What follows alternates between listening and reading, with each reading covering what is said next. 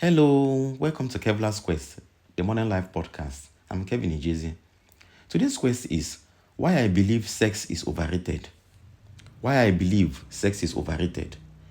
A lot of people try to defend the idea that sex is sacred, that is somehow above everything else.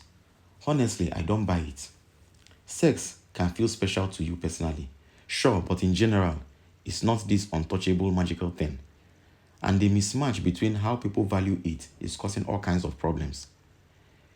Take this example. Some women see sex as a priceless gift. Because of that, they feel they can't just give it away.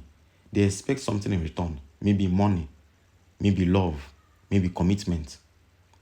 The more precious they believe it is, the more they expect something in exchange. But here's the question. Where does that value really come from?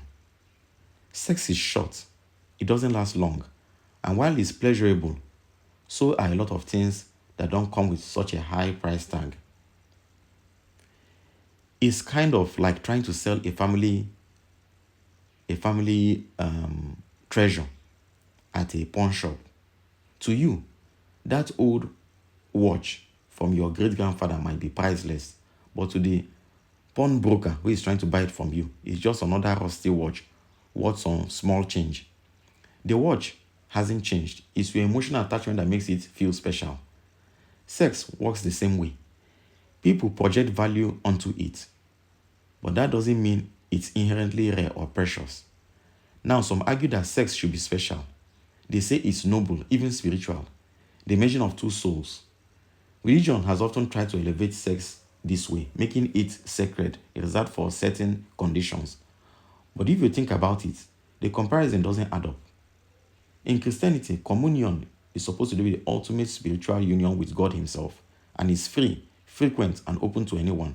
So why should sex, which is just union with another human being, be treated as rarer and more expensive than communion with God? Even if we accept the idea that sex is best in a loving, committed relationship, that's still just an ideal. It's like saying meals are best when they are organic, shared with family, with wine and laughter.